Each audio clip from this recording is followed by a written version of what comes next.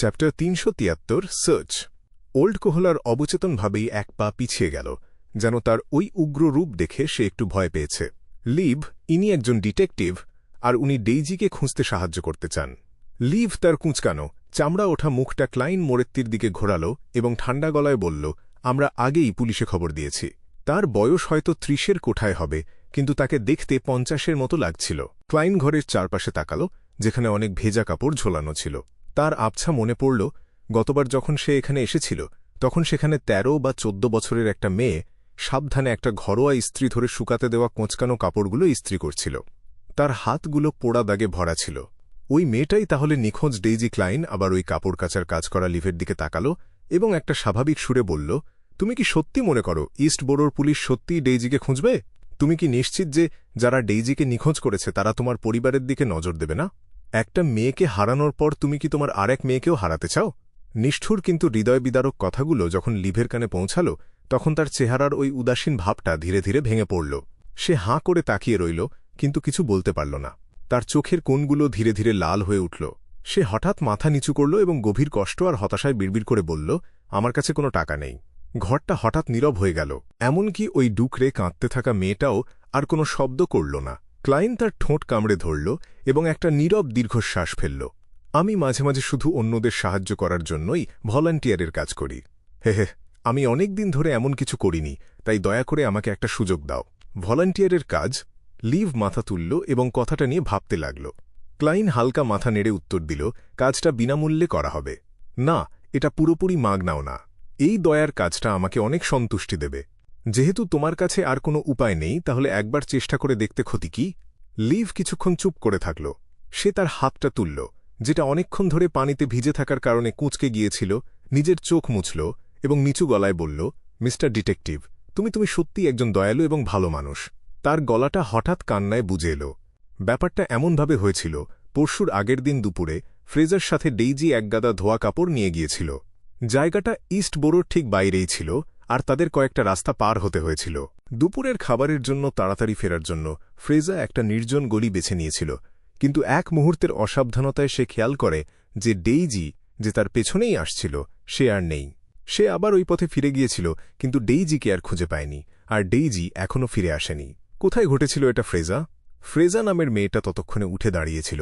তার চোখ দুটো লাল আর ফুলে গিয়েছিল। সে ডুকরে কেঁদে উঠে বলল, ঠিক এখানেই, ব্রোকেন এক্স লেনের ঠিক এখানেই, মিস্টার ডিটেকটিভ। ডেইজি কি ঠিক থাকবে? সম্ভবত। ক্লাইন খুব একটা অভিব্যক্তি না দেখেই উত্তর দিল। সে চারপাশে তাকিয়ে জিজ্ঞেস করল, ডেইজি প্রায় সাথে রাখে এমন কিছু কি তোমার কাছে আছে? আমি একটা পুলিশ কুকুর ধার করতে পারি। তার গন্ধ শোঁকার ক্ষমতা দারুণ, আর গায়ে লেগে থাকা গন্ধ শুঁকে কাউকে খুঁজে বের করতে তাকে ব্যবহার করা যেতে পারে। না, লিভ কিছুক্ষণ ভেবে একটা দুঃখ ভরা চেহারা নিয়ে বলল। ফ্রেজা আবার চোখের জল ফেলল। তার মনে হল যেন পরিস্থিতিটা আবার হতাশার দিকে মোড় নিয়েছে। হঠাৎ সে চোখ পিটপিট করে বলল, দাঁড়াও, একটা জিনিস আছে। ডেইজির ভোকাবুলারি বই। ভোকাবুলারি বই? ওল্ড কোহলার জিজ্ঞেস করল। লিভ নাক টেনে বলল, আমি ফ্রেজা আর ডেইজিকে রাতে ফ্রি স্কুলে পাঠাই।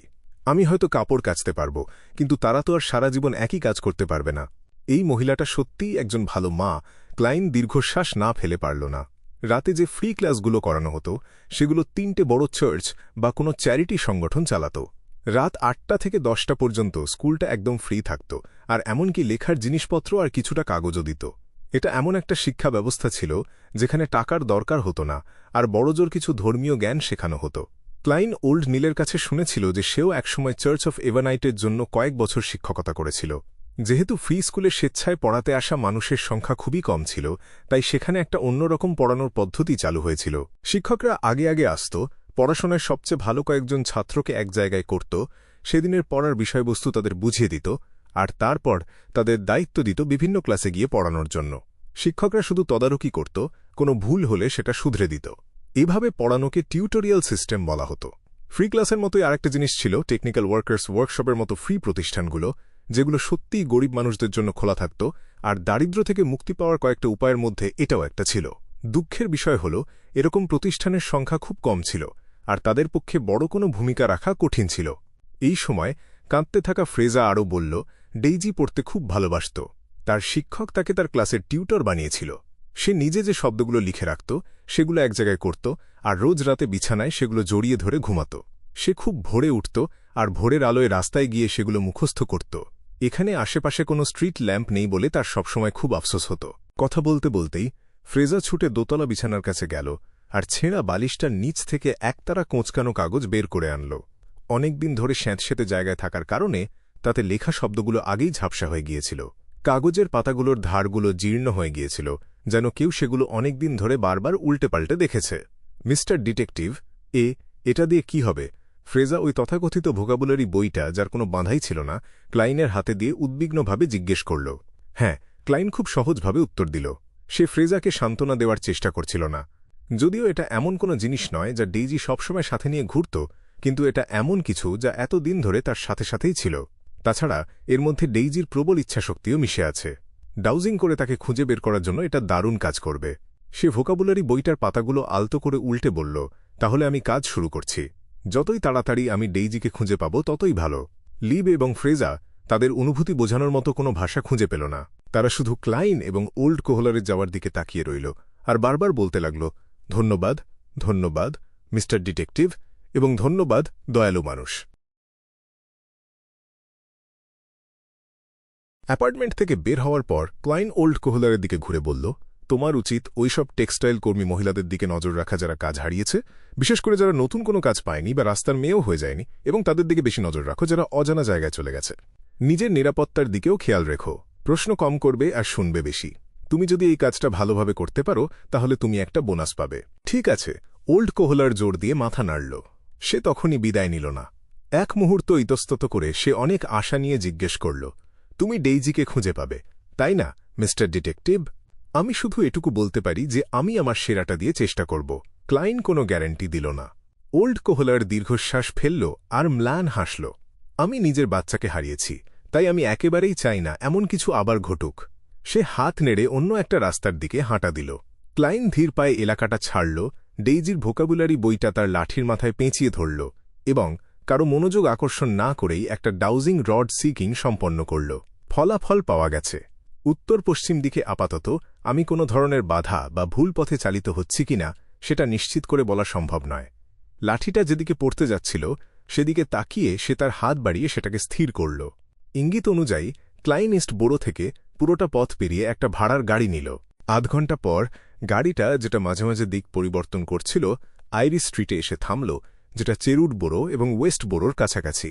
এটা এমন একটা বাড়ির সামনে এসে থামল যেখানে একটা বিশাল লন, একটা বড় বাগান, একটা ছোট ফোয়ারা চত্বর এবং একটা মার্বেলের মূর্তি ছিল। এই মুহূর্তে ক্লাইনের লাঠিটা গাড়ির ভেতরেই পড়ে গিয়েছিল এবং সেটা সরাসরি ওই দিকের দিকেই নির্দেশ করছিল। জানালা দিয়ে ক্লাইন দেখতে পাচ্ছিল গেটের ভেতরে প্রহরীরা টহল দিচ্ছে এবং ক্যাপিমের হিংস্র কুকুরগুলো জিভ বের করে আছে। ভেতরের নিরাপত্তা ব্যবস্থা বেশ কড়া ছিল। সবচেয়ে বড় কথা, ডিভিনেশন ব্যবহার না করেও তার স্পিরিচুয়াল ইন্টুইশন তাকে বুঝিয়ে দিচ্ছিল যে ভেতরে বড় কোনো বিপদ লুকিয়ে আছে। এটা কি জায়গা? ডেইজির নিখোঁজ হওয়ার সাথে এমন একটা বিপজ্জনক জায়গা কিভাবে জড়িত থাকতে পারে? ক্লাইন কয়েক সেকেন্ড ভাবল, তারপর গাড়োয়ানকে গাড়ি চালাতে বলল। গাড়োয়ান একটু অবাক হয়েই উত্তর দিল, স্যার, আপনি কি মিস্টার ক্যাপিমের সাথে দেখা করতে আসেননি? ক্যাপিম নামটা ক্লাইনের কাছে খুব পরিচিত মনে হল। সে হেসে জিজ্ঞেস করল, তোমার এমনটা মনে হওয়ার কারণ কি? ইস্ট বোরো থেকে সবসময় কিছু লোক আসে যারা আমার গাড়িতে চড়ে একদম এই পর্যন্ত আসে। হে হে, এটা হলো ধনী এবং ক্ষমতাধর মিস্টার ক্যাপিমের বাড়ি। গাড়োয়ান খুব স্বাভাবিকভাবেই উত্তর দিল। ইস্ট বোরো ক্যাপিম টাইকুন ক্লাইনের হঠাৎ মনে পড়ে গেল ক্যাপিমকে ছিল। অনেক গুজব ছিল যে সে একটা রক্তপিপাসু অপরাধী সংগঠনের নেতা, যে কিনা রক্তে রঞ্জিত। অনেক নিরীহ মেয়ের নিখোঁজ হওয়ার পেছনে তার হাত ছিল। আর বাস্তবে সে এমন একজন টাইকুন ছিল যে কিনা বেশ কয়েকজন গুরুত্বপূর্ণ মানুষের সাথে পরিচিত ছিল। আর কোনো কথা না বলে ক্লাইন দেয়ালের দিকে হেলান দিল আর চোখ আধমোজা করে রাখল। ঘোড়ার গাড়িটা ধীরে ধীরে সামনের দিকে এগিয়ে গেল।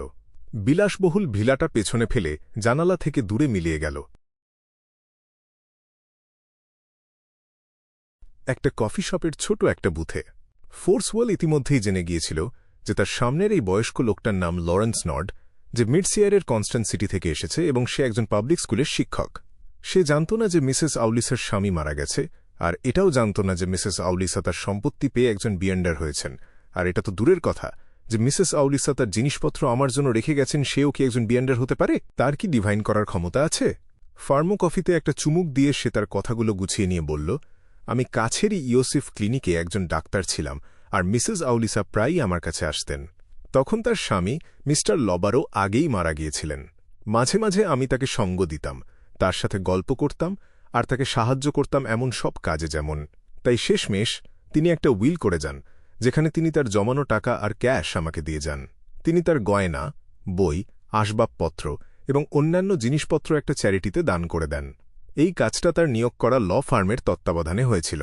ফোর্স সত্যি কথাই বলছিল, তবে পুরো সত্যিটা নয়। লরেন্স তার কপালে চিমটি কেটে বলল, কি দুঃখের বিষয়। আমি বুঝতে পারছি না আউলিসা এত বছর ধরে কেন আমার সাথে যোগাযোগ করল না। তিনি তোমার নাম উল্লেখ করেননি। তিনি মিস্টার লবারোর পরিবারের প্রতি কিছুটা অসন্তুষ্ট ছিলেন। ফোর্স স্পষ্টভাবেই উত্তর দিল। লরেন্স কিছুক্ষণ চুপ করে থেকে তারপর বলল, আমাকে জানানোর জন্য ধন্যবাদ। এতে করে আমি কিছু ব্যাপার বুঝতে পারলাম। তাছাড়া লবারো আর আউলিসাকে কোথায় কবর দেওয়া হয়েছে? গ্রিম সিমেট্রিতে। ফোর্স একটা পকেট ঘড়ি বের করে সেদিকে একবার তাকিয়ে বলল, মিস্টার লরেন্স, আমার এখনও কিছু কাজ বাকি আছে। আমার এবার যাওয়া উচিত। লরেন্স তাকে আর আটকাল না। সে উঠে দাঁড়িয়ে তাকে বিদায় জানাল। আবার চেয়ারে বসার পর সে হতাশায় তার কপাল ঘষতে লাগল আর মনে মনে বিড়বিড় করে বলল, লবারও মারা গেছে আর সে কোনো সন্তান রেখে যায়নি। আর আমি জানি না আউলিসা তার বিয়ন্ডার ক্যারেক্টারিস্টিক নিয়ে কি করেছে। রিচার্ড অরোরা অর্ডারের হাতে মারা গেছে। স্যাম তো আমাদের সাথে কোনো যোগাযোগই রাখতে চায় না। পরিবারের নামের দায়িত্ব নেওয়ার তার কোনো ইচ্ছাই নেই। আব্রাহাম পরিবার কি এভাবেই ধীরে ধীরে হারিয়ে যাবে?